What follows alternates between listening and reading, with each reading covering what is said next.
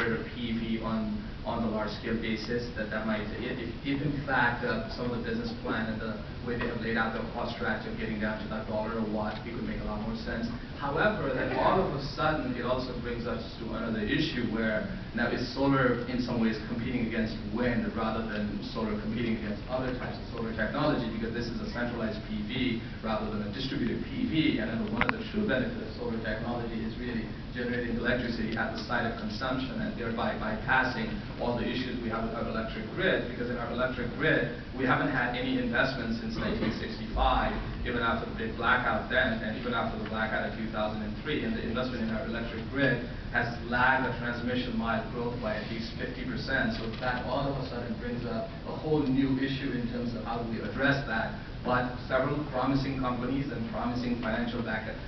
are working on this. Somebody is going to crack the code, and there's going to be a role for concentrated PV and potentially for solar thermal. But for the next 5 years, it's really probably going to be more of the crystalline PV and select